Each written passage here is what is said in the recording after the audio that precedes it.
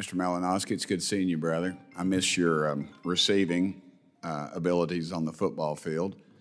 I can still play on the football team. You know, Yes, you can. Well, but with all those pros, they don't ever throw to people like me and you anyway.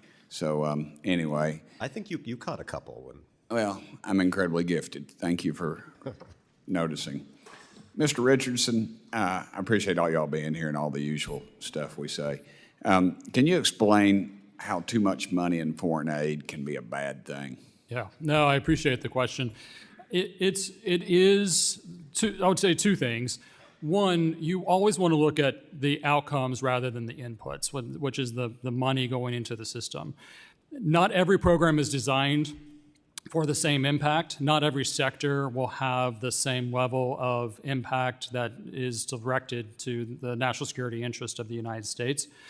When it comes to the pure dollars in, what you find is that we have both grant officers and contracting officers who are actually doing the hard work of crafting the right grant agreement or the right contracting agreement or the right cooperative agreement. And if you have too much money into the system, you're overburdening those contracting officials, and so that results in less quality and less focus.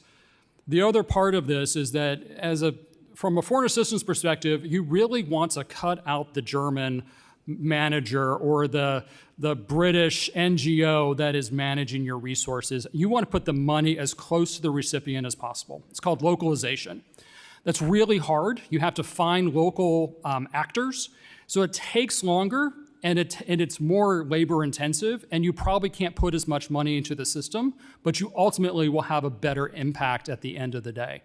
So having less money into the system allows you to better localize resources, better focus your attention on improving the actual approach that you're taking in order to have that better focus on impact. Thank you for that answer. I would remind you that John sitting behind me, apparently you hired him. I brought John to Washington, hired him in his first job. It's great to see you. He's not much to look at, but he does a pretty good job. He's a good Kansan. I've had a couple of good ones in that position. One of them was over there, but he's left too. What needs to change culturally, I think, at the State Department? USAID, we hear a lot of talk about that and just cutting it out for foreign aid to be more effective. And I want to put in there too that how do we keep foreign aid from getting to our enemies?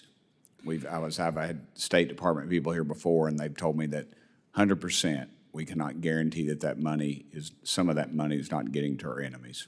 Yeah, so, like the vetting question is really serious. I mean, where we actually are vetting both people and organizations that implement our foreign assistance, making sure that they are trusted individuals. We do that on a very limited basis, focused on very specific regions in the world.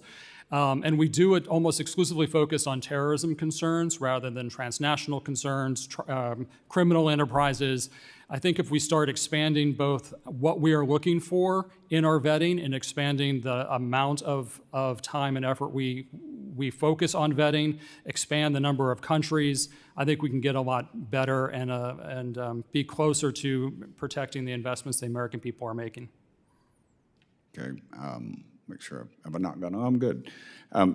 You got any recommendations, any of the further recommendations that we could follow up with, maybe in legislation or otherwise, to ensure that would happen?